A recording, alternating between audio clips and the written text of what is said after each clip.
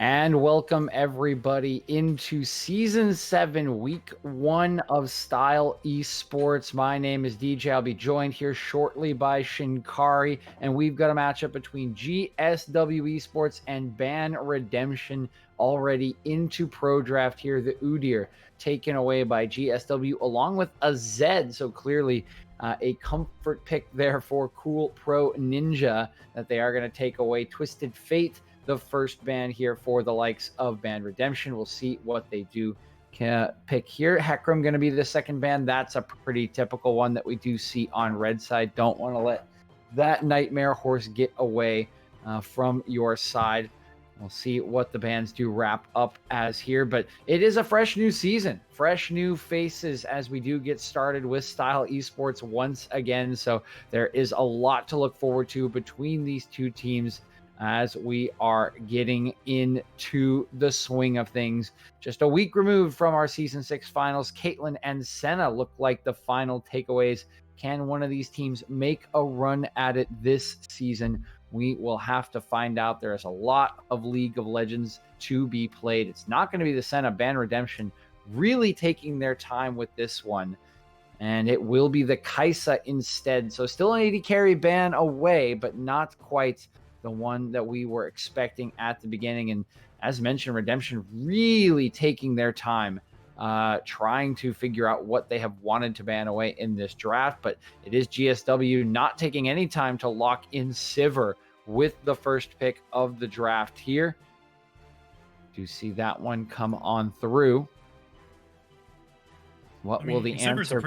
a pretty powerful champion right now. A lot of folks have been building Dark Harvest and Duskblade of Drakthar in order to get that huge kind of damage, as kind of moving away from kind of more traditional builds where we've seen her build Static Shiv and lots of attack speed to match with her AoE damage as well.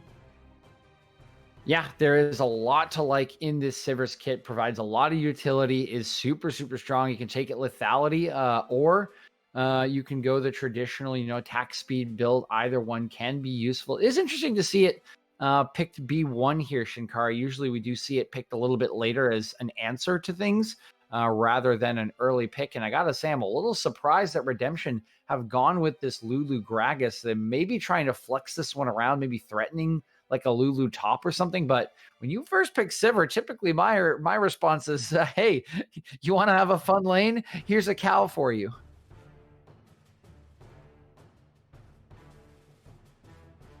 And I'm not sure if we've lost Shinkari again there. So Sivir is still the pick. That joke's gonna be left on deaf ears, unfortunately, as the Seraphine and the Veigar do come through here. So very AP focused champions to round out phase 1 for GSW. Sivir, Seraphine, Veigar there for their side, and it is the Gragas Yasuo. It is. It's going to be the Gragas Yasuo coming through for Redemption. That is a tried and true combination there that makes me think that this is going to be a pick for red high ping hero here on the Gragas, a jungle Gragas, which is something we don't see a whole lot of because the meta is just tempo. You're after high clearing, you're after camps, and we do see, it can just be a struggle. You often fall behind on that pick when you do select it, and it can be countered pretty hard. Yeah, for sure. I mean, when you have AP junglers like the Gragas, it is going to be very hard for you to get ahead, especially when you need to be building those items in order to be contributing to your team. And like Gragas, I'd have to throw a question mark to see how well Gragas plays from behind in comparison to like some of these other junglers, if that's where he is going. We've probably seen we've seen a lot of more Gragas top and sometimes even support, but with the Lulu there, it's going to be very hard that's where Gragas is going to be going. Yeah, that does it does leave a little bit to the imagination here, but yeah, Yasuo Gragas likely going to remove that flex, and Lulu Jinx pretty strong lane here as we've gotten through pick and ban phase 2. Cho'Gath Ornn taken away from GSW. Jhin Urgot the bans away from Redemption, and the Jinx will be locked into the bot lane. Again, this Lulu could still technically be top, but a Lulu Jinx is a pretty normal lane in the bottom lane. It is a strong one too, gets a lot of priority, a lot of push. And that's what Redemption will be looking to likely enable here in this bottom side. They've got a nice combo at level 6 in mid lane, mid jungle, and they've got a nice pushing bottom lane. But oh boy, we talked about tempo, and I know he's been Yeah. nerfed, but he's still going to Uh-huh. clear a lot faster than a Gragas here, Shinkari. Yeah, for sure. I mean, this Olaf is still a pretty tried and true pick. I mean, we've still seen a lot of nerfs to Olaf and the Gore Drinker as well as nerfs to the jungle. I've spoken about this for a while. Olaf still, on the receiving end of a lot of nerfs, but still in the right hands can be very powerful. I mean, it's a lot of decent damage, some good clearing, can also 1v1 a lot of the neutral objectives fairly easily. This is a very strong champion in the right hands. Yeah, can certainly be the right champion or a strong champion, excuse me, in the right hands. As do see the set round out the draft here from GSW. The Malphite gonna be picked into it. That's a bit of an interesting one. You don't see a lot of set in the top lane that often. It is very strong into tanks. It can certainly side lane if you go the squishier build later on in the matchup, but I really don't know how this matchup does go. I think if you just stay away from set, you can probably lane just fine on Malphite, and then you are going to be a massive threat up against a team that has a Seraphine, that has a Vigar, that wants to stay at range, kind of kite you back, control zones. Like, you just say no to zones. Yeah, I totally agree with that. I mean, it's going to be pretty interesting because the top lane is Set is a character that kind of wants to get ahead, and Malphite doesn't mind being behind. I mean, if you're playing Malphite, all you really need to do is teleport into team fights and press the R button in the right place, and that's going to be, and especially with Lulu there as well, to make a double knockup if need be. Then that is a huge initiation tool that you really get to use pretty early on, and you don't need a whole lot of items for that to be effective.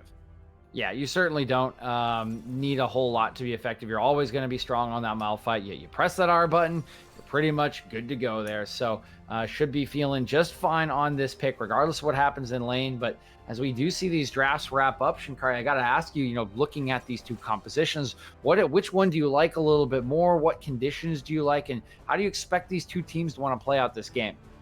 Well, I'm definitely predicting Redemption to be a 5v5 team comp that wants to win through the bottom half of the map. I think it's pretty plain to see with a lot of the champions that have been picked. Yasuo benefits really well from having Gragas, Malphite, and Lulu on the team. Not to mention that Lulu gives attack speed buffs to both Yasuo and Jinx, which are very, very strong, as well as a lot of other very big boons here. They have a good tank line that's going to protect Jinx and Yasuo if the game goes on later. Like, this is a 5v5 team comp that wants to win through the bottom half of the map. Meanwhile, GSW, I think it's kind of closer to the same way. I think they've mostly picked a comp that once again, I think they're just another 5v5 comp. I mean, it's hard for me not to say that when you have two very damage heavy bruisers that want to get up close and personal, a short range mage like Vigar, and then have a Seraphine and a Sivir in the bot lane that can both kind of enable that kind of play strategy. Yeah, definitely can. There's a ton of utility, a ton of speed ups that are going to come, slows, etc., that will come out of them. So I'm kind of with you. I am liking the draft here from GSW. There just seem to be some very specific win conditions for Redemption, mostly around that mid jungle. But when you do draft a Gragas Yasuo, I gotta imagine you've got some practice on that mid jungle duo to try to get Cool Pro Ninja ahead. So is this where your eyes are going to be in the early parts of the game for Redemption, or are you looking somewhere else for them to try to find their way into this game? Well, I definitely think that I really want to give it to Redemption just because it seems like they have a much easier comp to execute here. I think Seraphine is good. Seraphine and Sivir are kind of like the easier champions to kind of really get ahead here in GSW. I mean, Vigar, on the other hand, is very back and forth. I think it's like a late game kind of like a insurance that if the game goes very late, we'll still have a carry that can do tons of damage. And especially having the ability to just instantly delete literally anyone on the team is a very good late game insurance. But I think that's really all that Vigar really is in this team composition. Whereas you kind of want to win very early, especially when you have Olaf and Set who are going to trail off in comparison to Gragas or Malphite, who carry just a lot more utility with them into this late game to enable Yasuo engines. Yeah, it is a fairly easy composition to execute there. Will It just depends. I think if that Yasuo can get strong or not, Shinkari, but I do think we'll have to find out. There are a lot of questions to ask about these two comps. We'll have to see how they do interact as we are ticking down towards our spectator delay. So as we get ready for the break, we'll say once again, welcome back to Style Esports. It's week number 1, and I am excited to see how we are getting kicked off tonight. So don't go anywhere. We'll be back with some League of Legends action.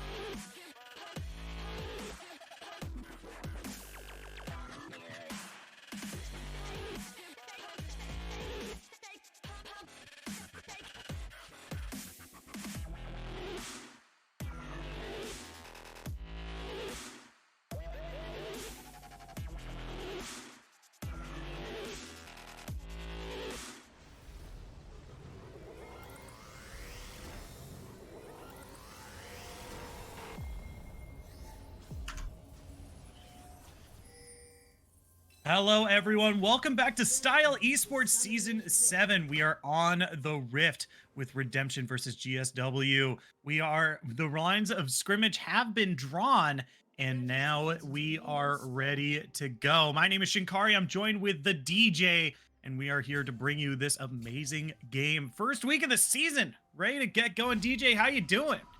I am doing great, Shinkari. Happy to be back here in Style Esports Season 7. And what a treat we have in game number 1. Gragas Yasuo Malphite here in the top side. It's tried and true, as old as time, as old as all of the solo queue nightmares we've all been having for 10 plus years. This is the stuff of legends, and truly, Cool Pro Ninja is set up to either win or lose this game one way or the other. Yeah, I mean, I kind of mentioned it before when it was like, oh, Yasuo's bringing an ignite. I was like, oh man, this guy's trolling 100%. Like, there's so many times where teleport is just so much better on a mid laner. That's just like almost necessary. That like if this guy is not killing Vigar 100% of the time whenever he goes in, it's just like it's a waste of a summoner spell 100%. That's at least my honest opinion. I mean, I'm with you, man. I'm with you. I'm a big believer in sticking to the way things, quote unquote, should be. Take that TP, not the ignite. But when people want to have a little fun, when we're having a little fun with a solo queue lineup here, this is kind of the way things go. That ignite, that you gotta take the ignite. This is Style Esports. You're playing for the style points, Shinkari. Yeah, of course. I mean, there's nothing else. As far as I'm concerned, I've been playing this game for 9 years. The only thing that matters is style points, even if you're not in Style Esports. That's why all of your skins have to match. Whenever you play a team with people who have 5 skins, all the skins have to match in some way, shape, or form. Otherwise, like, what are you doing? And don't forget the icons. You gotta match the icons. If you're a real team, you gotta match icons. Yeah, you gotta do it. I mean, the only problem with that is that I refuse to take off the Dominion icon because I will continue to rep that game mode for all eternity. And man, I was like, the second they were like, oh, it's no longer a game mode anymore, but you get an icon, I was just like, I will remember you forever, Dominion. Yeah, icon it is, right? And we've been saying this, we've been talking about this, guys, because we haven't had a whole lot of action here with free farming, but here's the first gank of the game. Yeah, that's going to be Gragas coming in there. The body slam came down a little soon, and that's going to be a huge amount of damage coming down from Sivir. Going to be able to negate a little bit of that gank early on. Jester taking a whole bunch of damage in the top lane, but not super successful. Sivir was forced to flash, so he's able to get something, but Rooster Buck coming in from the top side here. Jester underneath the turret. Are they going to go for the turret dive here? Looks like that's going to be the start. He's going to flash on the other side of the tower here. Rooster Buck going to take a huge chunk of damage from that turret, but flash in the top lane and flash in the bottom lane, that's going to be a decent chunk of summoner spells wasted. So we'll probably see these junglers repeat ganks around the same side. Yeah, likely will. And another tale as old as time in League of Legends, the cross map play. High ping hero comes down to bottom lane trying to get a gank. He does get a flash, but it's pretty well disengaged. The spell shield comes up to get away from the barrel on the queue. Nugget Mac hits a lovely 3-man double binding there on the E, so they disengage that. And on the other side, Rooster Buck needs to make something happen. He gets the Malphite's flash, and now there are multiple flashless members on the map trying to take advantage of it here. Valkyrie's so low, but I think Nugget Mac got the passive wrong. I think he thought he still had notes. Yeah, it's going to be a real big blunder there, but this is going to be Cool Pro Ninja maybe caught out here. Rooster Buck, that's going to be the dash coming in for the side. He might be able to dash. Ooh, he's going to flash, try to get onto War Nugget here and maybe turn it into a 1-for-1. Conqueror has procced, but that Vigar is perfectly fine. Oh my God. Oh, no. He was safe. He was out. Shikar, it's everything we've been talking about, man. It's just like I hate to say it, but I basically predicted the future a little bit here, because that is the most solo queue Yasuo play you can possibly make. He was absolutely 100% out. He had flash. He could have just walked away. Instead, he flashes back in to try to get the kill with the ignite. He gets caged. War Nugget is smart, and instead of doing what all people in solo queue do, trying to turn around for the last auto, he just walks away, and they pick up first blood. Yeah, it's gonna be just very it's so it's a insanely risky play, and then that's what we've been kind of seeing. Like even the bot lane as well, like Nugget Mac, like using his flash offensively to try to find the kill on the Jinx. While fine, like it's not the worst thing you could possibly do, but then by missing it as well is so huge. It's just so big. And then you don't have a flash, and Gragas has already kind of shown up bot lane and made you lose a flash down there as well. And if they're paying attention to summoner spells, this is another good gank for Gragas just to come down bot lane and just give it over. Like that's just a free gank onto two immobile characters. Yeah, there are just two flashes down on some pretty immobile champions there. And Socialis does have the spell shield, but if you do have the barrel, you can have multiple layers of CC to get past that defensive layer for the Sivir. I think that might be maybe what Hyping Hero's looking for here, because again, if he tries to body slam, it can just be spell shielded away. Then Socialist still has heals, so be a little tricky there as it got level 6 engages. Nice, running right into the right into the wall there. Gonna get chunked out by War Nugget. It is a little tricky, to be fair. We're laughing a little bit, but it is tricky to play against the Veigar with a Yasuo. You want to dash around, you want to be mobile, but that cage just doesn't really let you do some of the things that you want to do at a certain point. It just stands in your way, and even if you think you're away, he's dead. Ooh, okay. Okay, that was a really good first blood there. That was a lot of very good, well played by Hyping Hero, just getting in there. Cool Pro Ninja following up almost immediately with that ultimate to find the kill, and that's going to be the teleport in for Malphite as well. There are 3 members of the blue team here still kind of floating around. War Nugget does have his ultimate available, so if Valkyrie does get low, that might smell the end of Jinx here. Okay, that's going to be the ultimate from Malphite coming down. War Nugget's taken very low. That's going to be the polymorph as well. He's going to be taken very low. The red team finally picks up the dragon. That's going to be the set ultimate used onto Gragas. He's going to go down. The rest of the blue team is now trying to collapse. Valkyrie tries to flash away, tries to get as far away as he can. That's going to be, oh no, okay, the Haymaker did not find the kill, but Valkyrie has to go in the wrong direction, chugging a potion as much as he can, but the Facebreaker is going to be able to find the kill. That's a 3-for-1. Dragon goes in their favor, but so much gold goes to the favor of the blue team.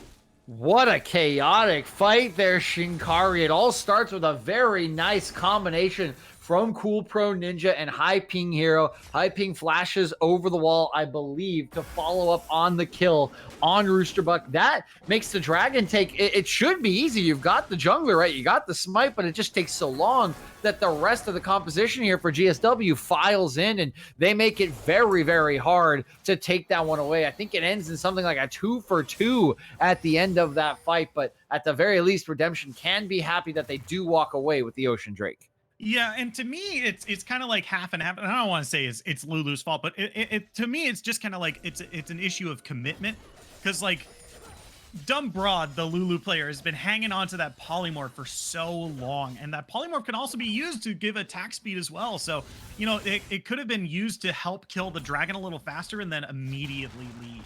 But we saw that it was used there offensively on the Veigar instead of as an attack speed buff. So who knows? Maybe that could have changed it up just a little bit. Who knows?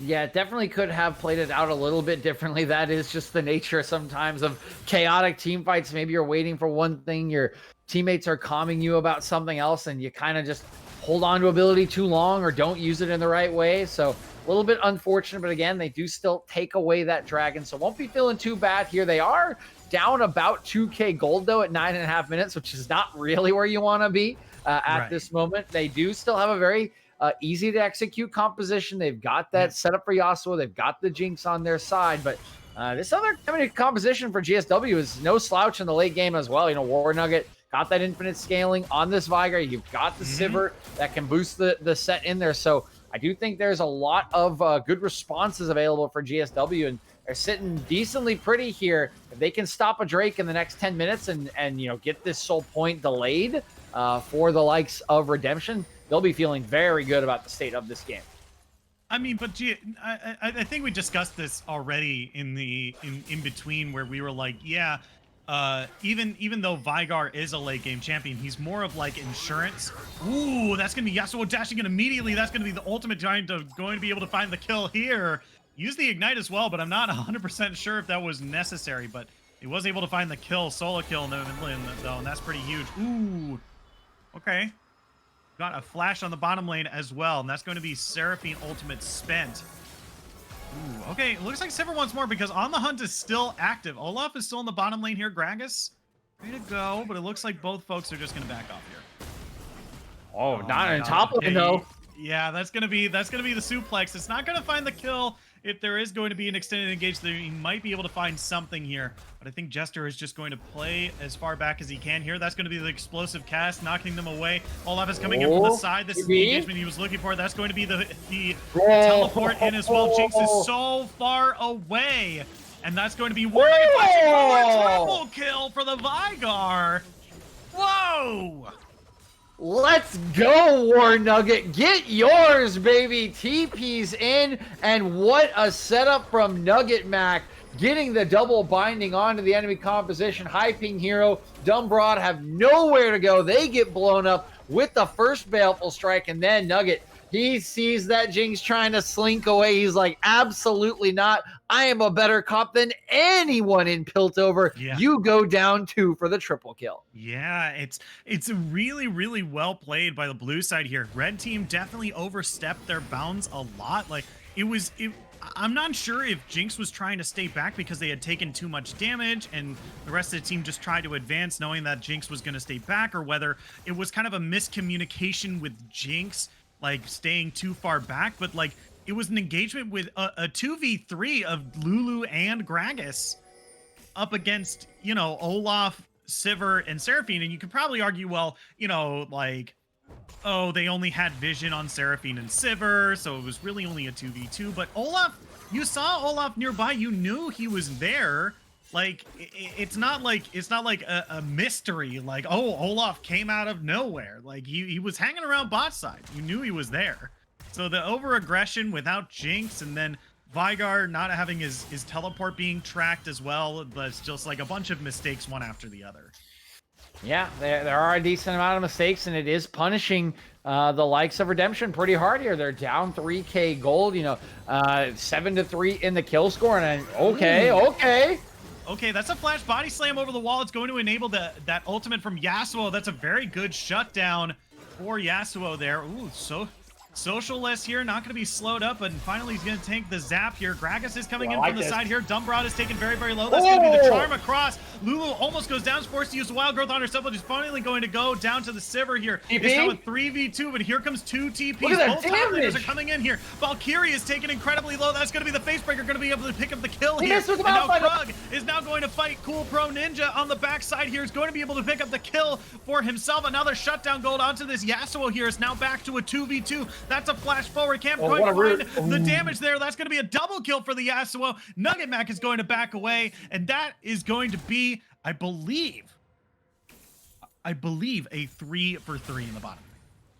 I think it is. Okay, I'm gonna track this here. Lulu dies first, then Ping Hero dies, right? It should be 3, 1, 2, 1, 2, 1, 2. I think you're right. I think it is a 3 for 3. 1, 2. Yeah. No, it's a 2 for 2. Semantics. Okay, we're at this point. I think we're fine. Dumbrod's taking a bit of damage for trying to clear a ward in Dragon Pit. Dragon has spawned, and I think that is going to be another objective that they're going to be fighting over here. Yeah, I think they will. You can already see Rooster Buck down here trying to hover around. The one big thing to note from that fight is it's another really, despite I think whether it was a 3 for 3, 2 for 2, 3 for 2, whatever, there's a nice win for GSW because Rooster Buck just wasn't there. He was just completely on the other side of the map, didn't answer any of the TPs, and he took down the Rift Herald on the other side. So even going, if they went even or even 1 kill behind, they still come out with that Rift Herald to have a chance to make up that gold or more. And Socialist picked up both of the kills in that fight. And I mean, look at Socialist. 40 CS ahead of Valkyrie here, has been absolutely dominating this bottom lane, already on the lethality completion here with the Dustblade of Drakthar. This man is looking like a monster in this game for GSW. Yeah, it's definitely pretty big. I mean, we also talked that, like, His team wants to end the game around 20-25 minutes, and they're well on their way. I mean, they already have a very strong team. I think the biggest member of Redemption here is Yasuo, is going to be that there. And, you know, they've been on top of getting these dragons here, but they're still behind in gold. They don't have control of this Rift Herald, so they're definitely going to lose a tower sometime soon. And, you know, this Olaf has been very, very powerful. Ooh, okay, that's going to be the ultimate in the mid lane. That's going to be War Nugget taking incredibly low. That's going to be a very easy kill in the mid lane. Once again, Yasuo proving to be a very strong mid laner in this early game here. Yeah, despite the early mistake from Cool Pro Ninja, it has just, you know, completely been erased already with the Immortal Shield Bow. And it's just so easy for Gragas to set this up. You know, usually it is tricky for Yasuo to try to get in there around the cage to get on top of that Vigar. But with the long range engage on the barrel, it just doesn't matter. You just throw that thing out there. You don't even need to get close to the Vigar. And then the cage just is completely nullified. Now a play attempt up here in the top side. Oh, that looked good. Oh, yeah, that's a very, very good Seraphine ultimate as well. That's the Unstoppable Force trying to use to get away, but that's going to be the exhaust coming out. Rooster Bucket's coming in from the side. That's going to be a flash forward, and the Stride Breaker as well. Jester taken incredibly low, and he's going to be taken down. Rooster Buck picking up a kill for themselves.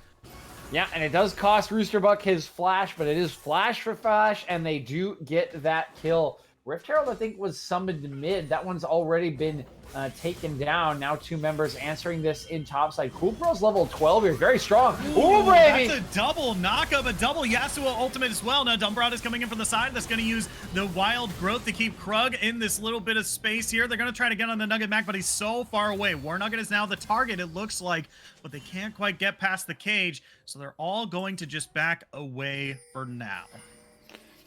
Oh, baby, Shinkari, it doesn't look like GSW has an answer for this Yasuo. Cool Pro Ninja just continues to get accelerated, to get fed. Lovely Flash E. Yeah, that's going to be a very, very good flash body slam here. Can they find the kill on the Socialist? But they can't quite do it. I think it was either Red Ping Hero not wanting to tank up the turret anymore or trying to give it over to Valkyrie. Either way, not quite sure. Sivir gets away though. Has to spend heal, but you know, they lost a turret in response. And you know, these kind of goon squads, these 4-man kill squads running around the map are going to be punished by these kind of multi-lane pressure that the blue team is able to push out. They do have a lot of good wave clear. They definitely have to keep that in mind as these outer turrets continue to fall. Yeah, I mean, despite all the kills on Yasuo, they're 5, 2, and 3 for Cool Pro Ninja. They're still behind in gold. They're still 3K down. Like, nothing has changed with the general state of the game. And they don't kill Socialists. I do agree with you. I think they should have killed Socialists. I'm not sure where the mistake really was. It looked like there might have been a couple, honestly, but they don't get the shutdown on that Sivir, and they continue to just kind of either stay even or fall behind as that side lane pressure does come in. We see the Stride Breaker now, double Stride Breaker in the top side. The set much more powerful than the Malphite in that side lane. So there are still a lot of good avenues for GSW. They are still, though, going to have to figure out a way to counteract this Gragas Yasuo combo. Yeah, Rooster Buck and Nugget Mac have been found out here. Unstoppable, the Ragnarok comes across. That's going to be a 2-man charm, but they're underneath the tower, and it doesn't look like they want to continue here. Nugget Mac is taken incredibly low here. The Everfrost, that's going to be the explosive cast, finishing off the kill here. Vigar has teleported into the top lane, and Yasuo is there as well. We have yet to see if that's going to turn itself into any sort of fight just yet, but it's so far a 1-for-0. Yeah, so far 1-for-0, just a little bit of an overstay from GSW. They want to go into the turret. The initial engage gets a flash, but not much else. And then the damage taken on the backside results in the death with that cask coming out from High Ping Hero. He has been very, very on point with those casts in this game, Shinkari, and they will just force them away from that top lane turret. I think it's just staying up here. I'm not sure if it did fall. Nope, still is about half HP. So they repel that, but again, in the side lane, Krug's fine here. He's going to stop him back. He might get a kill here. Yeah, I mean, he's dealing a decent chunk of damage, but it looks like he doesn't really want to commit. It looks like he just wants to stop the back. I think the biggest thing here is, man, Socialist is backing here, and it might be to go and contest the dragon. I really think he could have gotten some more damage on that top turret, but I was mentioning before that, like, you know, after all that, Socialist really, the big split pusher of their team right now is not. Ooh, wait a minute. Nugget Mac might be caught out here. Cool Pro Ninja immediately dives in, doesn't really find anything quite yet. That's going to be the cage, going to protect Nugget Mac for just a little bit. Looks like the dragon is now spawning them. Yeah, Dragon is about to spawn. Already two in the pockets here for redemption, but it is a full 5v5 setup. Krug is coming to support. There's no TP wards, but keep in mind that wave in the bottom lane is technically behind the enemy composition, but it looks like they just want to fight front to back here in a 5v5. Keep your eyes on High Ping Hero to see if he can get the proper engage for Cool Pro. Yeah, it's also going to be, also keep your eyes on Jester as well. This whole team comp is based around this Yasuo. They need to get a decent knockup, but the blue team is playing very well. They're playing very spread apart, and they're dashing around just kind of in and out and playing footsies here. Oh, but that's going to be the engage. Gragas is going to be thrown into the enemy team. That's going to be unstoppable force in the background. That's going to be a huge Yasuo ultimate as well. They're going to find 2 kills and a shutdown onto the Sivir as well. The rest of the blue team starting to fall. It's been a 3 for 2 now. The blue team is trying to turn around as much as they can. War Nugget trying to put out as much damage onto the Yasuo, but he can't quite do it. Set over the wall, has to back, and that's a 4 for 2 in favor of the red team as they go to pick up this Earth Drake.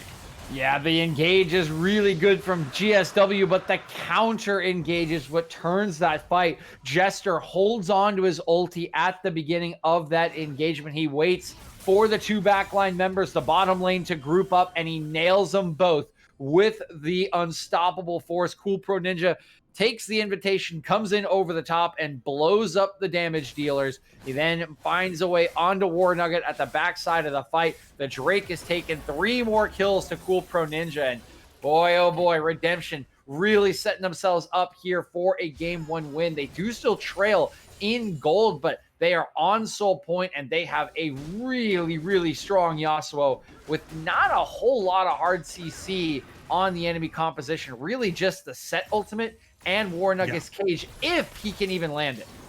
Yeah, and this is more of just trying to this is them putting a lot of focus on shutting down the Jinx, and not a whole lot of pressure in the mid lane. We did see a whole lot of ganks from Rooster Buck in the top and the bot side in those side lanes, but not a whole lot in the mid. And so Yasuo really got a lot of attention from High Ping Hero here, and he was able to kind of accelerate his teammate into this situation.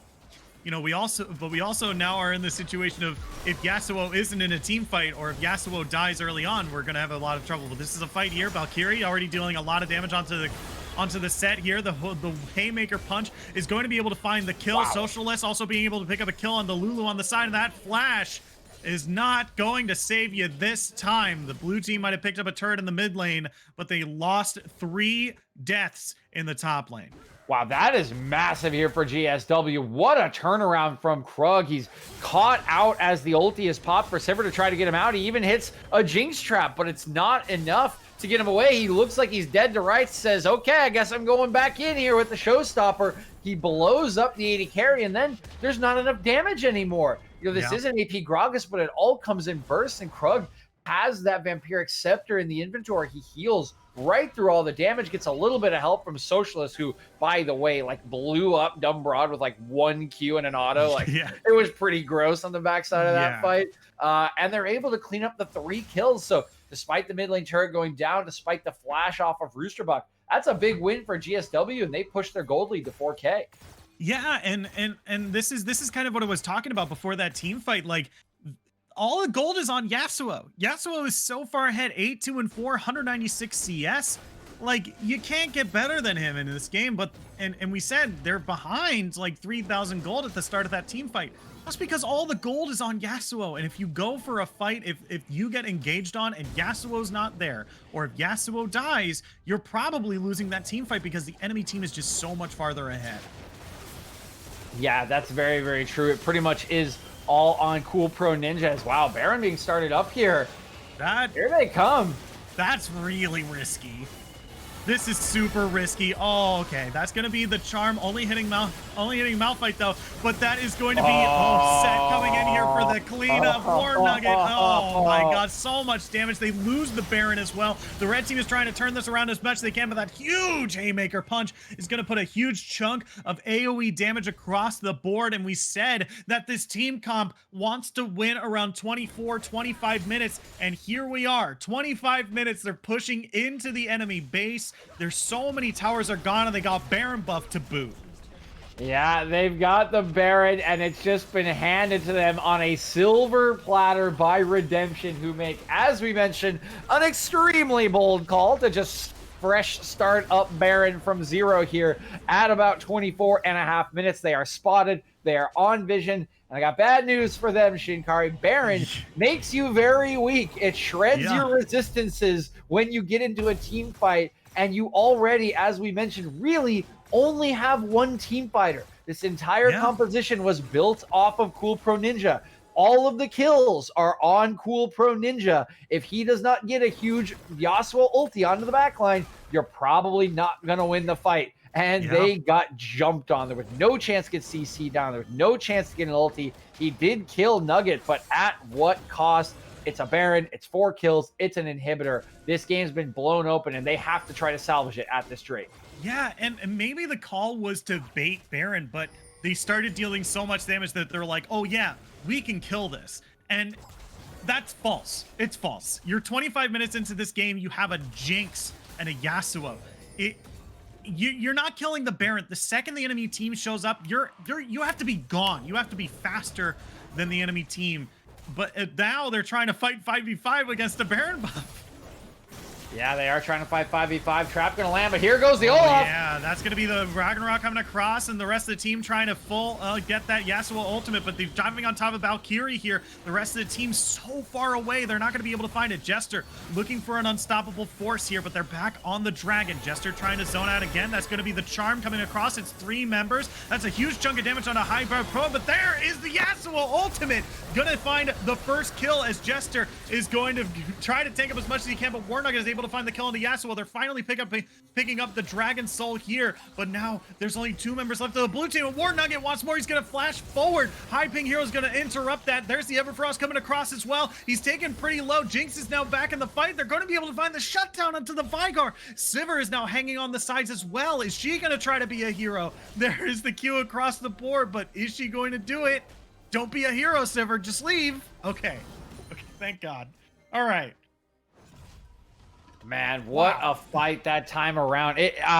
I'm shocked they found a way to win this fight for Redemption here, Shinkari, but they managed to make it happen. They get a split fight. You know, Krug went in. He tried to make the engage, and there was no follow-up from his team. I don't know what zoned them off because there was no ulti. Maybe just the threat of a big Malphite ultimate stopped them from grouping up with their top laner. But Krug goes in. He just dies in the back line, gives Jinx a reset. And with Valkyrie reset, the Malphite ulti still up. They just pile on in. They go straight for the enemy team. He lands a 2-man ultimate, and that's all you need. Yasuo hops on him. 2 members just dead, and now the fight is so hard. Even with Socialists up, it just doesn't matter.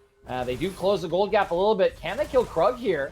Yeah, he might be able to. He's been knocked into the air quite a few times. That's going to be a shield. That's going to be a showstopper into the team fight as well. The Super Mega Death Record comes across, but it doesn't really do that much damage. Jester is taken incredibly low as Gragas already falls. Cool Pro Ninja now on the side here trying to find an in. That's going to be the Yasuo ultimate. A huge chunk of damage, but it's not enough to get the kill. And that's going to be the charm coming across as well. Socialist picks up another kill. Dumbbrawn and Valkyrie are now the only members left of the red team as they're trying to escape. Krug's looking for something. Can he find the face breaker? That's going to be the first stun. That's going to be the zone. That's going to be the kill. That's going to be another 4-0 in favor of the blue team here. Yeah, and I think the game might just be over here despite the fact that they have Soul. I don't know why they're sticking here. They should be pushing midway. There are supers pushing onto the enemy Nexus turrets. I know there's a member up in 4 seconds, but why are you on top inhibitor?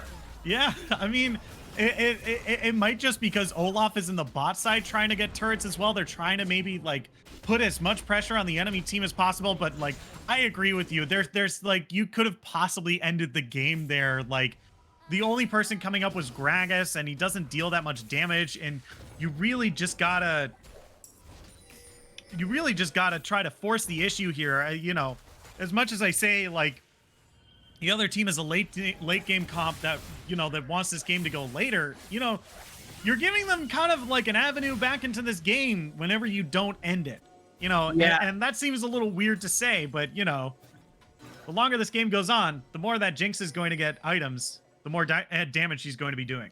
Yeah, I can see it if they don't think they're going to end the game, but I still have a bit of an issue with not pushing down Nexus turrets for the simple value proposition of Nexus turrets are really valuable in Yeah. this game. Like, you can hold off inhibitors unless you got triple inhib, which again, maybe was the comms, like you said. Maybe they think triple inhib, and yeah, that's game ending. That's fine. That's fine.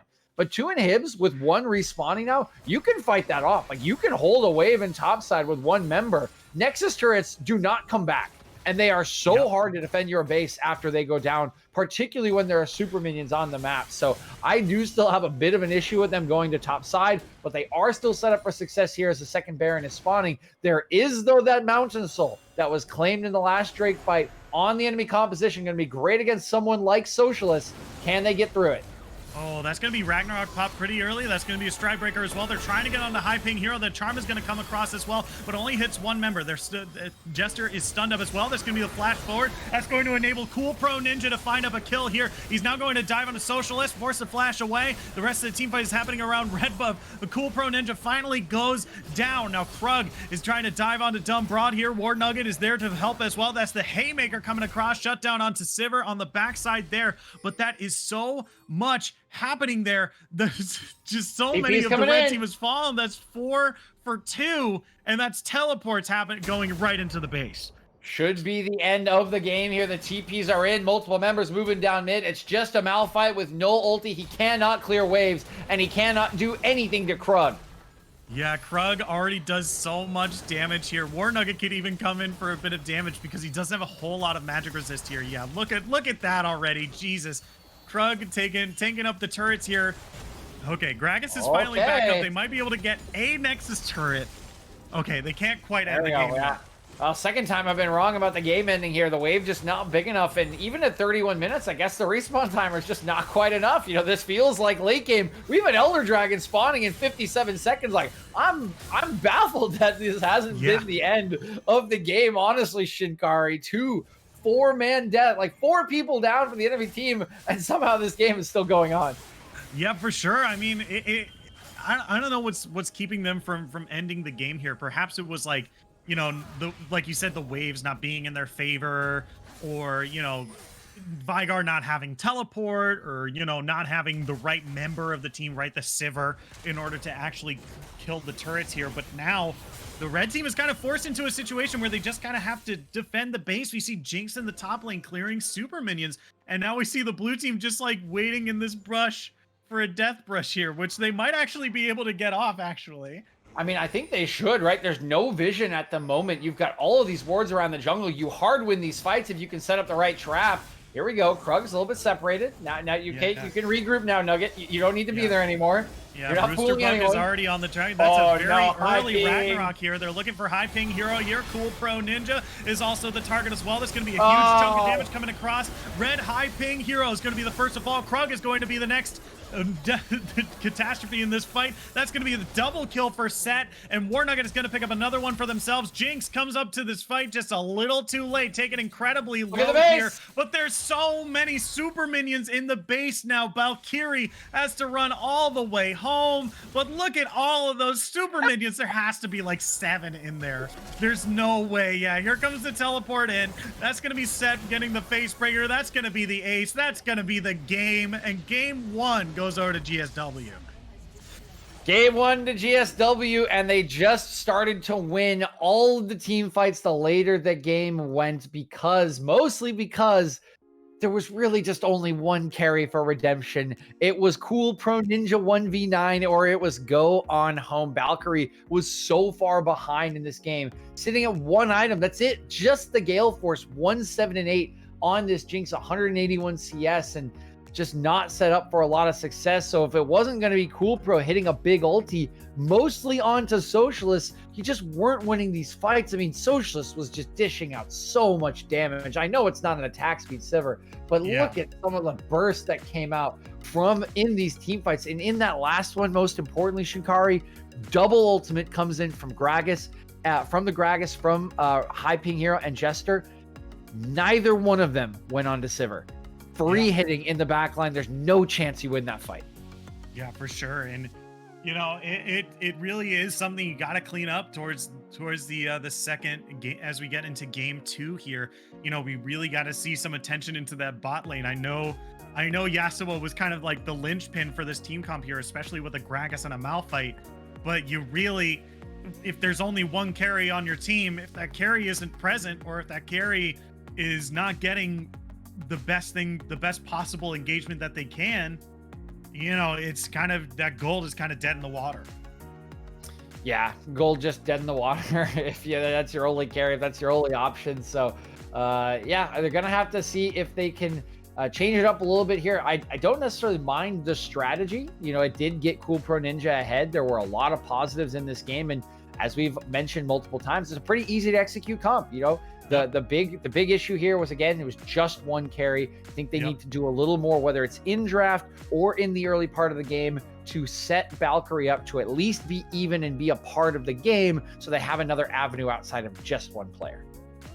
Yeah. So we are going to take just a brief break, and when we come back, we are going to be in we're going to be in picks and bans of Redemption versus GSW. Don't go anywhere. We'll be back with more League of Legends right after this.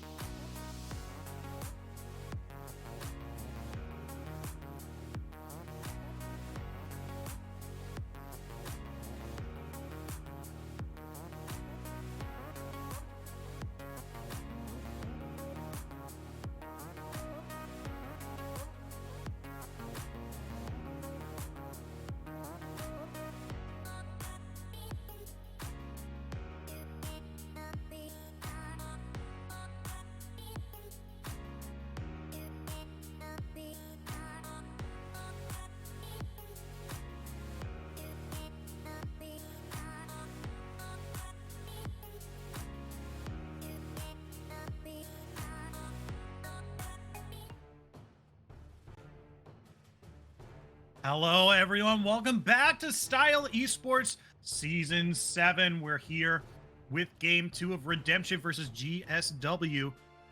And we are hot into picks and bans. We are now ready to go. My name is Shinkari. I'm joined with the DJ, and we are ready to get into Game 2.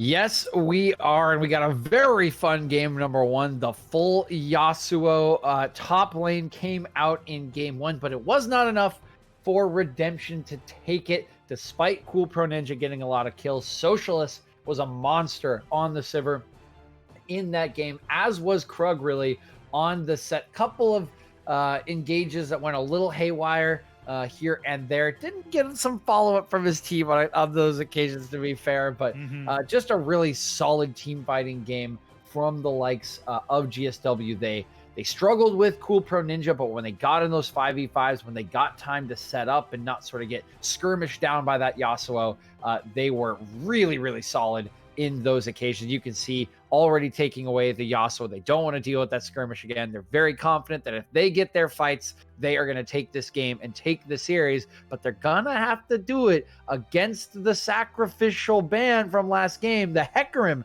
already picked up by High Ping Hero. Yeah, I mean, Hecarim is just such a very solid pick in the meta right now. Like, it goes very well with the Turbo Chem Tank, even though it was nerfed. Hecarim also plays better from behind, has that ultimate, and once again, very close to Malphite, where all you need to do is really just show up, press that R button in the right direction, and you will be contributing to the team fight. Yeah, no matter what you do, you're always going to be contributing. You do, of course, need to farm pretty well and at least be level, if not ahead, on this champion, because he does need to just dive into the enemy composition. Can just get blown up if he isn't, but when he is ahead, when he does have items, incredibly strong, and we see it time and time again. And from what I saw from High Ping on that Gragas in game 1, I have no concerns that he will be fine, particularly when he's up against a Lee Sin from Roosterbuck. Like, okay, I mean, yeah, Lee Sin, not really seen a whole lot of. I mean, it's a comfort pick for Roosterbug. Let's be clear. This is definitely a comfort pick. Like, he has a lot of games on this champion. Problem is, doesn't have a whole lot of success. There's not a whole lot of success on this champion, and not a whole lot that I would, go into first rotation to pick as well. Well, I think you mentioned like sacrificial pick, and I believe this Lee Sin might be that as well. Like, oh crap, like Hecarim isn't up and we banned Udyr, so I guess, Mundo doesn't exist, Skarner doesn't exist. These champions that are fairly easy to play and, are available and are decent junglers, we're going to go for Lee Sin. Not really having the most amount of success in the most recent jungle, because his clear times aren't as good. He needs to gank at level 2, level 3. Like, it needs to go buff gank. And that's just not what folks are doing with junglers right now. Yeah, that is not what people are doing with junglers at the moment. It is tempo, it is farming, and really one of the bigger problems for Lee Sin, items. Its itemization is really the killer that keeps him down, because in seasons past, you're looking for CDR, you're looking for damage early on, and you had a great path with Warrior and Black Cleaver usually to get you those necessary stats. That doesn't exist anymore. You cannot get that same sort of cocktail of stats that you really need on Lee Sin to be a true early game threat, to be able to make all of the plays he needs to with the same amount of gold, given the items that we have today. Those are two big problems for Roosterbuck that he will have to overcome in this game as we do finish up phase 1. got banned away. That's also a Kassadin final ban for GSW. But man, oh man, this phase 1 from G. No, you don't. Oh, my. We're just taking everything out of left field today. Aphelios is being locked in. Certainly, I feel like we've seen more Aphelios than we have Vayne. It's just when you see two tanks locked in on the enemy team, and you have a team that has a very strong engage, having Vayne to back up that engage and go in and get onto and shred these tanks, very, very good choice. And Nivea, another good champion at shredding down these tanks. that are going to be Tom Kench, Ornn, and maybe also Lee Sin. Yeah, we'll see what it wraps up with. Anar here gonna come in and oh boy, oh boy. Yeah. Okay, I well mean, hold on. that's just It's hovered. It's he's hovered. just Hold on. solid. No, no, Yeah. no, no. I 100% Okay, it I is. Yeah. 100% stick with the Gnar here. I think he's just so good. Just a good pick into Ornn. Has a solid laning phase, and then later in the game, like if you're able to judge that anger meter very well, you're able to be a very strong team fighting presence, a very strong front line for Redemption here, who are already kind of have like kind of half measures here. Hecarim, not exactly a full tank, likes building some damage into his kit as well, like to help him with self-sustain, but not Mega Gnar and Rel, like that is a very, very strong front line right there. Yeah, it's a really strong front line for them. This is uh, as Yamato Cannon would put it, this is such a cocktail draft here for GSW, man. Yeah. Like there are a lot of bits and pieces here. A lot of them don't really quite fit with each other. Yeah. I will say you have a very strong mid jungle combination here in the early game. You land a Charm on Ahri, you have Lee Sin hanging around, you're gonna kill your enemy laner. It's in Anivia, Yes. like you will kill her, and you have the mobility on those two champions to get around all of the the wall, the slows that she can put up. So there is an angle there. Outside of that, you don't really have a whole lot. You're probably not diving this Gnar with an Ornn Lee Sin. It's unlikely you're able to get push in that lane. So tough to go top lane. You're also playing with a bot lane that clearly doesn't want to do anything and just wants to farm here with a Tom Kench or Felios. And so you really only have one angle, which makes your pathing a little predictable if you are Rooster Buck into this mid lane. You've got some options to roam, but really your only late game option is Aphelios. And while Aphelios is traditionally good into champions that need to come into him, he's good against melee champions. All of these sort of melee champions have some way to mess his life up. Like there's a fear, there's the Gnar ultimate, there's Rel, multiple stuns, and like Tom Kench can help you out of a couple of those, but not all of them. And on the back end of that, you still got to deal with all of the stuff that Anivia can put up to make your life miserable. Like, I do not feel great if I'm Aphelios in this draft. I know Socialist did dominate game number 1, but he is really going to have fancy feet, some great play here to stay alive. If he can, I mean, I think he can carry. We've all seen Aphelios 200 years just pop off, but there is a lot being asked of him in the mid to late game if GSW does not get big early leads in their solo lanes with this Lee Sin. Yeah, and it's also, Nugget Mac has a lot on his shoulders as well. I mean, you have to be protecting the Aphelios here. Aphelios is very immobile, doesn't have a whole lot of tools in order to punish Rel or Hecarim or Gnar for diving on top of him. He has to be either on his red gun or his purple gun in order to really have some sort of way to punish someone for diving on top of him. And there's so many tools that Redemption has in order to do that. And GSW doesn't really have a whole lot of answers. I mean, they have, Tom Kench for defense for Aphelios, but that's about it. Like Ornn really, really has to play back. Like they really have to wait. They have to play the counter engage this game. Like they have to. Lee Sin has to be using that dragon kick in order to keep Gnar off of Aphelios. Ahri can't be engaging with the charm. Ornn can't be using Ornhorn. Like there's 3 really good engagement tools on Redemption's team that GSW just has to be like, okay, like we have to wait. We have to play reactive. And there's a whole lot of champions on that team that want to be proactive. Yeah, there are a lot of champions that want to be proactive on this team, but like we said, you really got to be proactive. I mean, everyone here for the side of Redemption can be pretty reactive. Like, I don't think you mind if you just farm up on Vayne Rel. I don't think you mind if you have a neutral bottom lane. I think the Gnar is going to be just fine. Like, and you'll have Prio. Like, Gnar should have Prio into the Ornn, so Jester should have Prio into Krug, which should give you topside advantage. I think you can kind of go even. You'll definitely lose Prio early on against the Aphelios' Vayne with the Calibrum out. But once the Calibrum's down, you can take lane Prio. So I think Hecarim will be pretty free to farm up his camps here. The big question, I think, is going to be on Cool Pro Ninja, who did show out in game number 1. If he can stay alive, if he can stop the Ari Lee Sin snowball here, I think you're going to scale up just great, and you are nearly practically guaranteed to win this game if you get any CC or any disruption on Aphelios at all in team fights later on. Yeah, and I really love the Anivia vein here into basically what's going to be 3 big tanks. So we'll have to see how that goes as, you know, the spectator delay continues to count down more and more, but we are just going to take just a quick break. But when we come back, we're going to be on the Rift for GSW versus Redemption Game 2. Don't go anywhere. You don't want to miss this.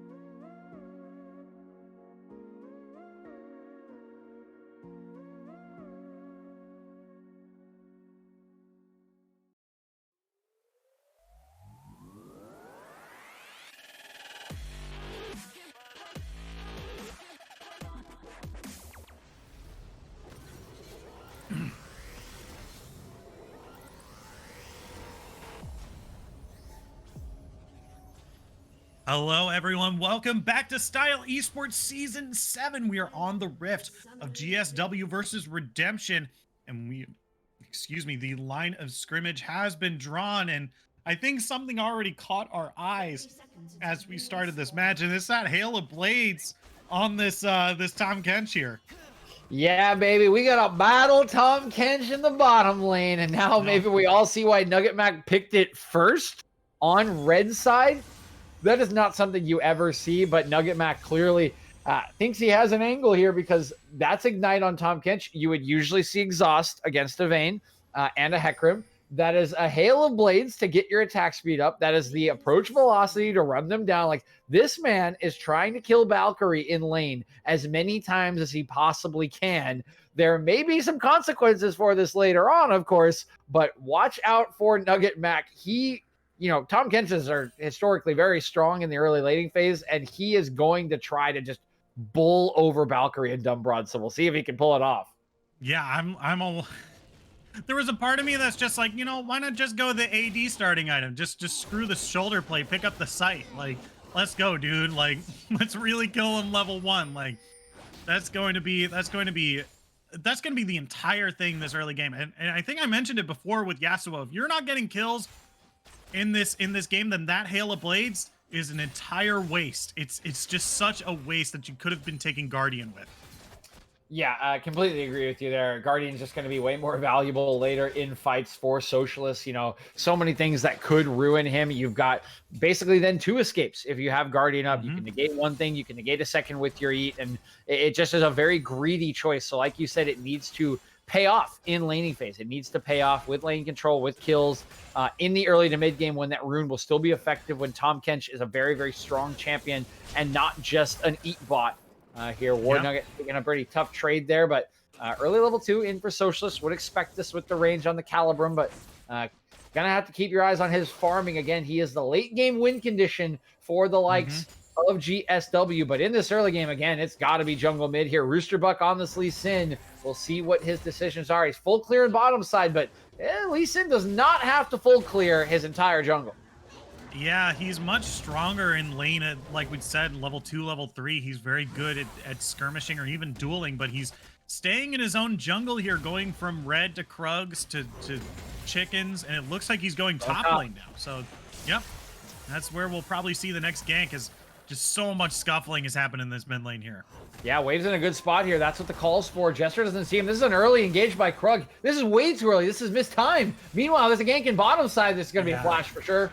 Yeah, here comes Red Ping Hero, and that's not what you want to see. That's going to force the flash away from Social S here. Nugget Mac is taken incredibly low here. They're going to have to dive underneath the turret, though. First blood goes over to Vayne, but that is so much damage. Can he find the last bit of damage? He can't. The long-range sniper finally goes away. It's now purple and red for Aphelios, which means that Vayne is perfectly fine. Yeah, but the purple is a little bit tricky here. This Aphelios has double buffs. Like, he could easily turn a 1v2 here, I think. They have to play extremely careful, even with Valkyrie picking up first blood. This is kind of a negative for the overall laning phase, as the sport is coming back. We'll see if they can take advantage of it. But a nice gank nonetheless. I think the Eat did come out a little bit too early there. Like, you were always going to have to flash in that situation. And the fact that you did Eat and slow yourself down meant you had to kind of wait on the flash a little bit longer. Where are you going? What's happening here? He wants to stop the back. He has. The jungler's around. Man, yeah, okay, he's gonna be condemned up against the wall here. This is gonna be the TP coming in for War Nugget here. They're gonna come across, and meanwhile we're gonna be thrown into the top lane as Jester is taken incredibly low, and that's gonna be the red team picking up a kill on the top side. But no kills have been found on the bottom side just yet. Nugget Mac is trying to save War Nugget, but they're dealing such a decent chunk of damage, and that's gonna be Nugget Mac going down. After all this, that's going to be the charm onto Hecarim here. That's going to be Rel knocking them into the team.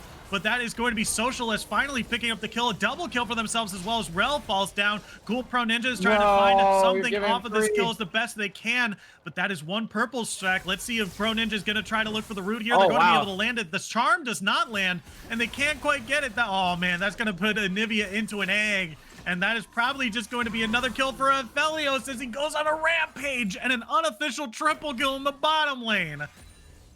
Oh, Shinkari. Oh, no. What are they doing? Redemption, no.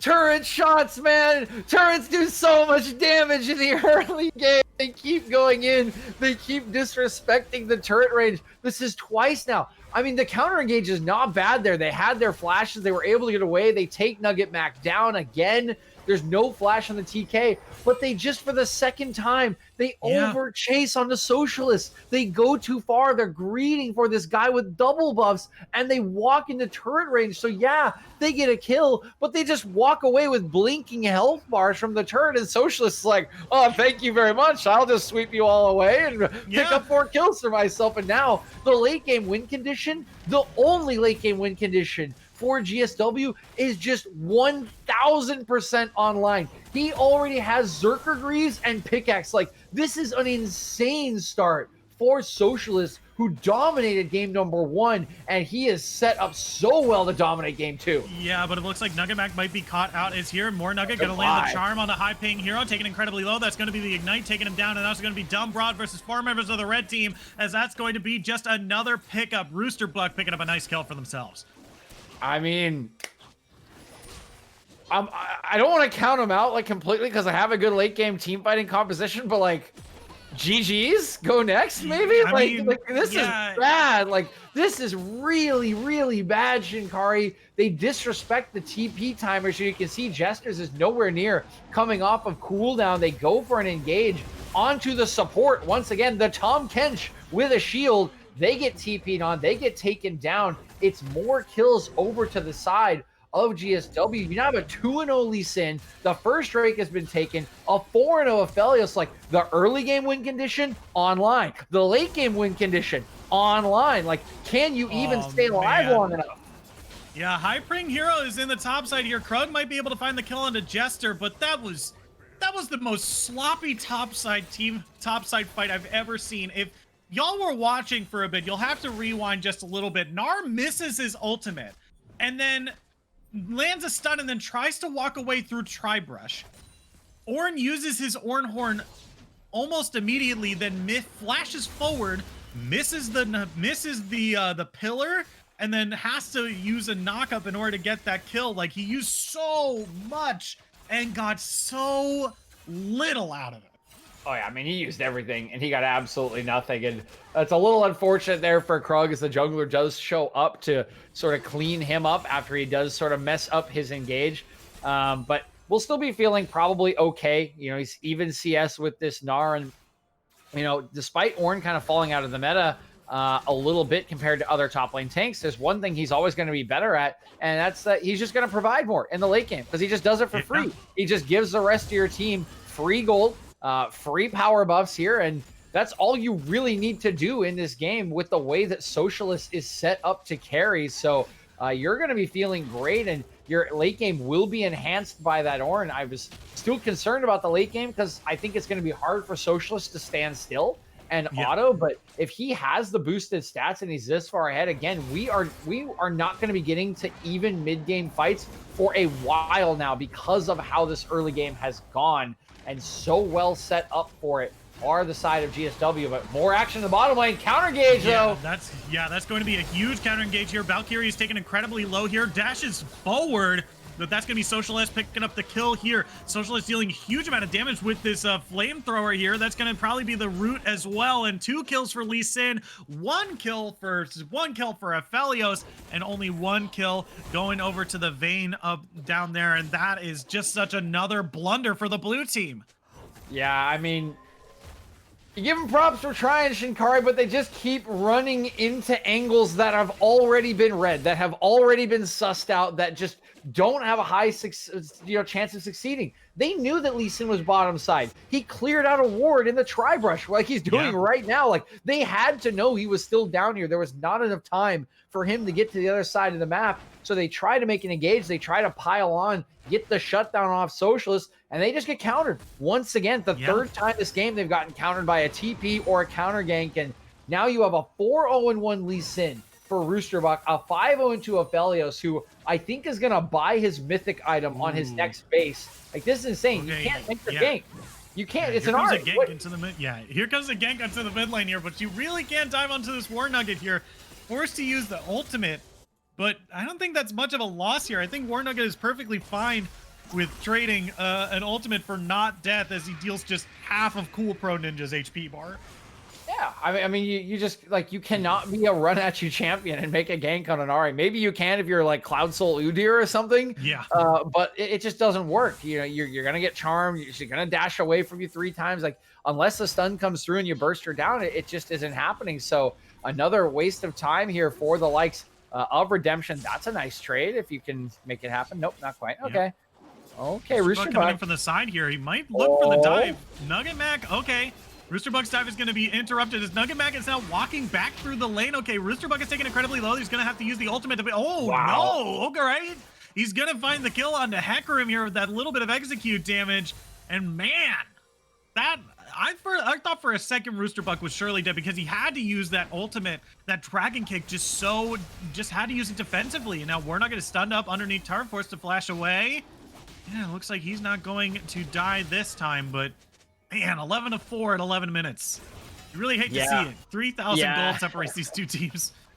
Yeah, you kind of hate to see it, Shinkari. And again, it's just so hard right now. Oh, that. Nugget Mac and Jester playing just a little bit of musical chairs as they swap places. It looks like that is going to be Rift Herald going over to the red side here. Rooster Buck doing a great job of securing those Rift Heralds, especially in the previous game as well. Oh man, Shikari, that was great. I'm like sitting here reminding myself of my Pokemon days, like nice little exchange of goods here between each side of the map, like just tossing them over the wall, through the cable, whatever, just freeing it up. That was hilarious. Oh boy, but yeah, like, you trade me a Haunter and I'll give you Machoke. That way we both get our Pokemon evolved with trades. It's beautiful. It's just that's how it works out. Yeah, truly the like epitome of human kindness, if you believe in such a thing, right there was those kind of trades back in the day. Nevertheless, we do have this Drake being started up here, and yeah, I'm a little surprised actually that this one is just given away. I think they might want to fight for it, but they don't feel quite comfortable. Just a slow rotation here from GSW. They are so far ahead. They should just be on these Drakes. I don't think they expected them to be there on spawn, but they're going to try and make up for it. Yeah, Felios does have that red-white combo. He's doing a lot of damage in that bottom lane. Meanwhile, we're getting a bit of action in the top lane here. That's going to be the Ornhorn taking Jester incredibly low. The Breath is going to be able to finally take him down. Roosterbuck dealing a high amount of damage to the high-paying hero. It looks like he's finally going to back away as it's a 2-for-0 across the map, and Rift Herald spawning in the bot lane going to pick up that turret.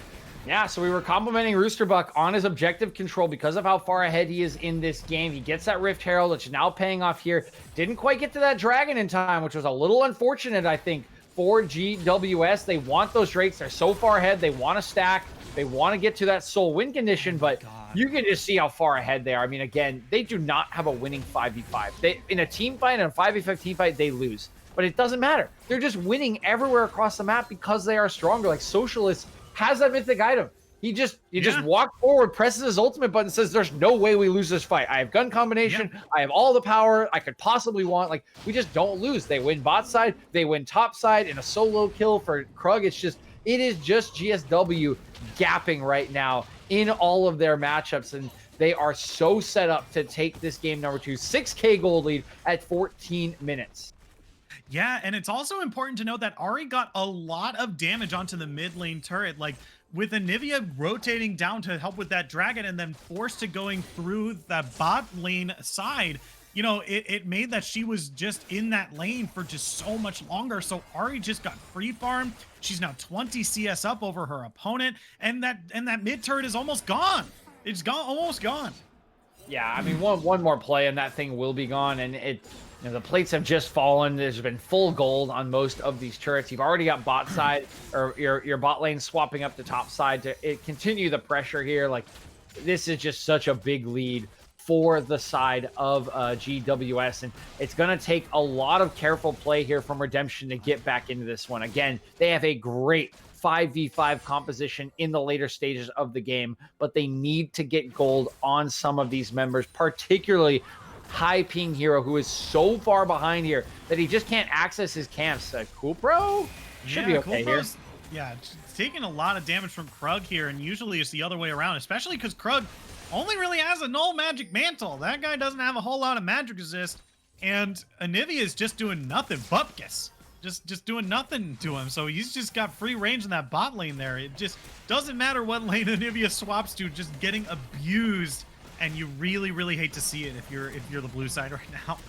Yeah, I mean, Anivia needs to be set up around objectives. I'm actually a little surprised they flexed Anivia out to bot side. Like, it's not like Anivia can't clear waves. Yeah. I think, honestly, it would be a little smarter to just sack the next couple of objectives because, in particular, you took that Drake away. Oh, no. Oh, Yeah, I was going to say, man. I actually like that preemptive flash from Dumbrod there. I think you're dead if you get hit with that Q. So yeah, I think that's the right choice. Yeah, and it looked like it was going to land too. So I was like, oh, no. Oh, no. Yeah, but, you know, like we said, like, the red side here doesn't even need to fight. They don't even need to fight anything here. Oh, Roosterbuck might be caught out. Okay, he's going to dash away. Red ping here, high ping hero, getting a little too far forward, forced to back away. We really only got the flash from Lee Sin here. Didn't really get a whole lot else. Yeah, it is good to take the flash off. Lee Sin does take away a lot of his playmaking, but, you know, like you said, it's just tough. You know, your camps are getting invaded. Your jungle is warded out. You know, they've finally cleared out all the vision on the top side of the map there, but you can already see wards and Roosterbuck inside the jungle. On the bot side here, trying to make a play. He's going to clear this vision away, and it is just so very difficult. Again, you're going to need to just wait. Like, you can't win any of these fights. High ping hero, buddy. Yeah, stay away. Come on, dude. They just cleared out wards. You had to have seen Tom Kench there. You got to know that there's that Aphelios is in the lane as well. Like, you can't just engage onto Lee Sin with that kind of vision there. I guess he was trying to clear the ward, but, like, why did you activate your speed up if you were going to do that? Like, the second he saw anyone else, he was immediately like, oh shit, and immediately backed away. Excuse my language. But, like, that just seemed to be the thing there. Yeah, again, if you are redemption here, you need to just be very careful. You should not check this Drake. Oh, you also probably shouldn't be walking blind towards War Nugget either. And man, yeah, this is just going to be 4 members up onto this Ocean Drake here. Yeah, I mean, why are they here? Leave. Yeah. Yeah, I think they're just trying to maybe sneak it. No! Okay, here comes the Onslaught of Shadows over the wall. The red team is going to secure it. High Ping Hero is in the middle of the team. That's going to be a godlike socialless. Socialite godless. As War Nugget is probably going to find another kill onto Cool Ninja here. The Everfrost is going to come across, but that's going to be stunned up. Jester's looking for an engage here, but he's going to go back into Mini Gnar. War Nugget taken incredibly low. Oh man, he's really looking for it here. I don't think you should play with this around too much, War Nugget. I think you should back away. Oh, Shinkari, my soul, my heart, it just cries out. I just can't understand. I just can't understand. Is he getting a tier 2 turret for free? Yeah. Oh man. This is torture. This is like cruel and unusual punishment for the blue team. They're down 8.7 thousand gold at 18 minutes. Yeah, I mean, this is so hard at this point. Again, like, the reason I don't like. Okay. I'm gonna get a little bit. Let's break it down. Let's slow it down. A little bit of a solo queue help rant here.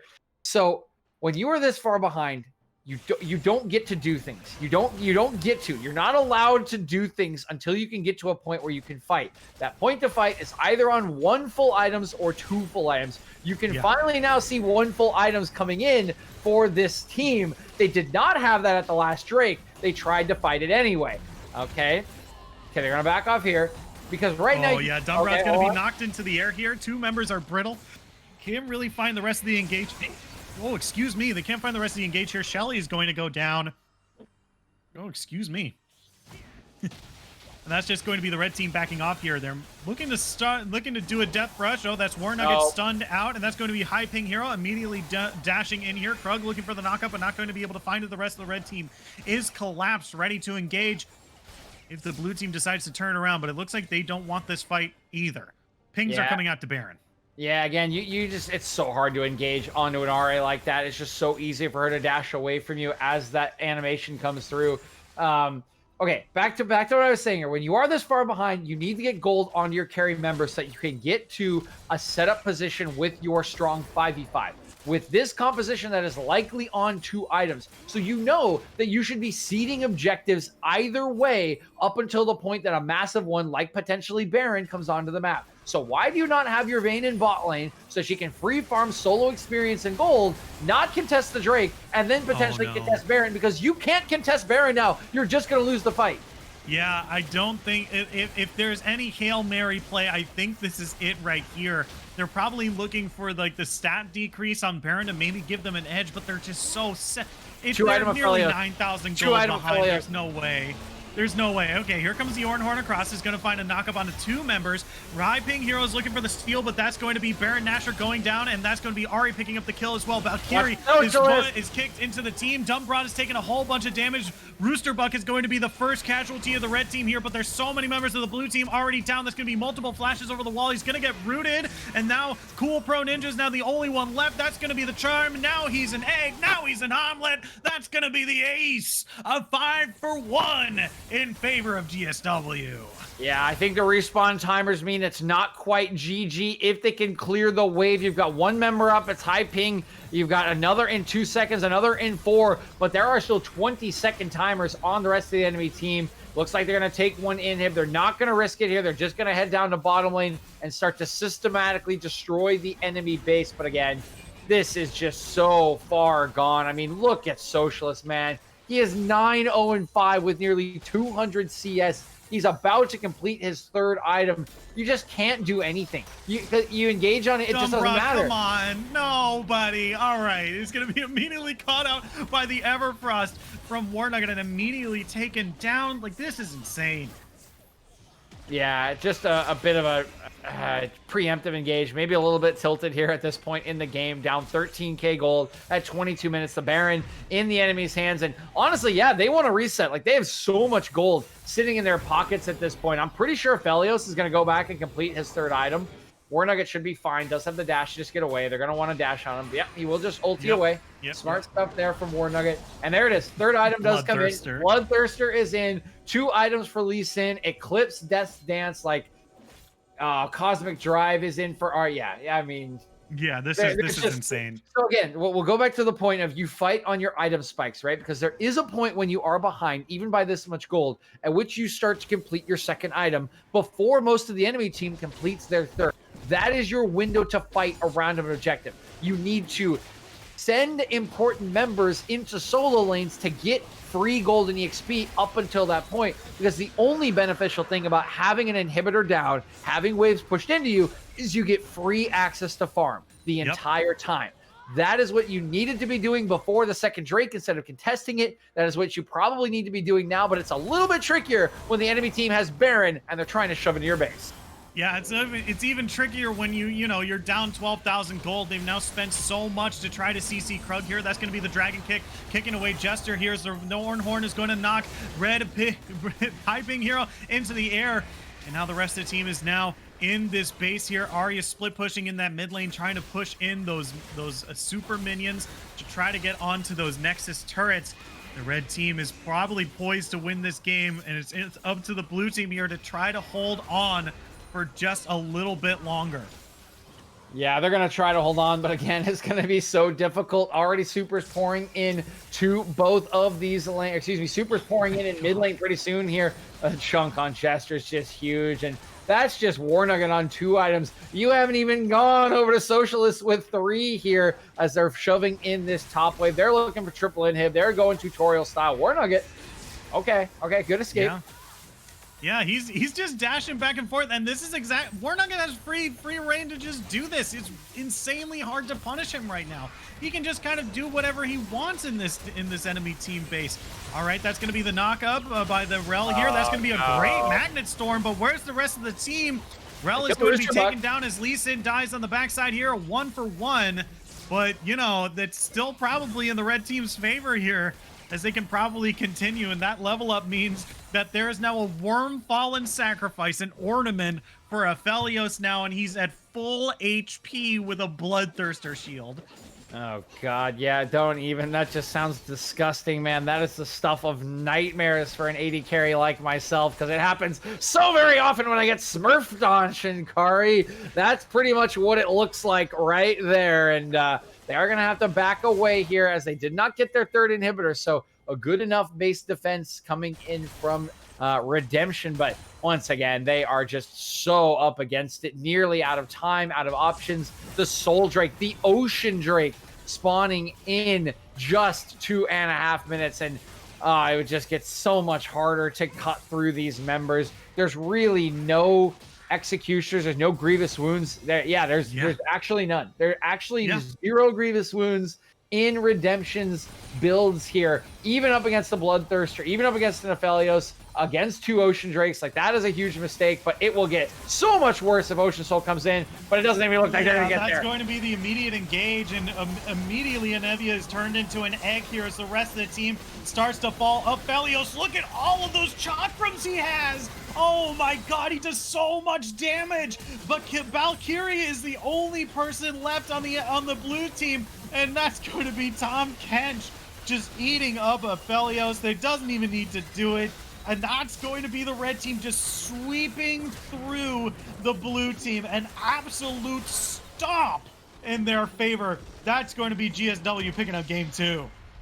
Yeah, and, game 1, much closer. There were multiple times when Redemption had good plays, had a lead through Cool Pro Ninja, but yeah, game 2, just never in doubt. We had a lot of questions about the draft. We said they needed to get their mid jungle ahead early. Well, they got their jungle ahead early, but more importantly, they got Socialists ahead early. And this man is just a god in this game. I mean, look at the damage. Look at the score, 12-0-8. Like, that was just nuts. And there was no coming back.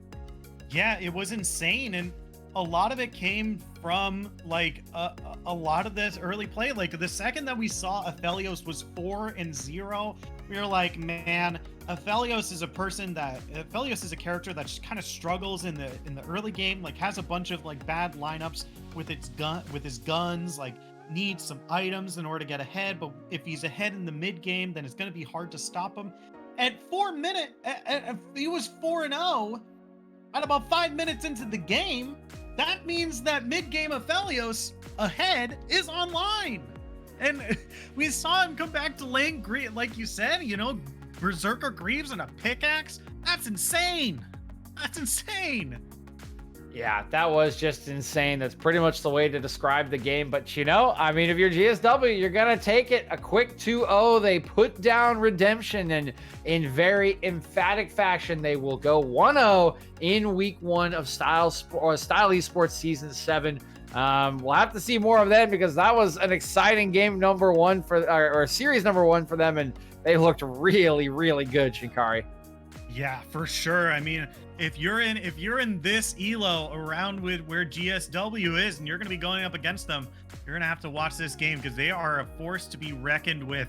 But that does it for us here tonight. And thank you all so much for joining us on behalf of myself, the casters, the entire live broadcasting crew. Thank you so much for tuning in. And if you haven't already, press that follow button on Style Esports. What are you waiting for? We have so much great League of Legends every day for y'all to watch. And if you're feeling generous, press that subscribe button as well.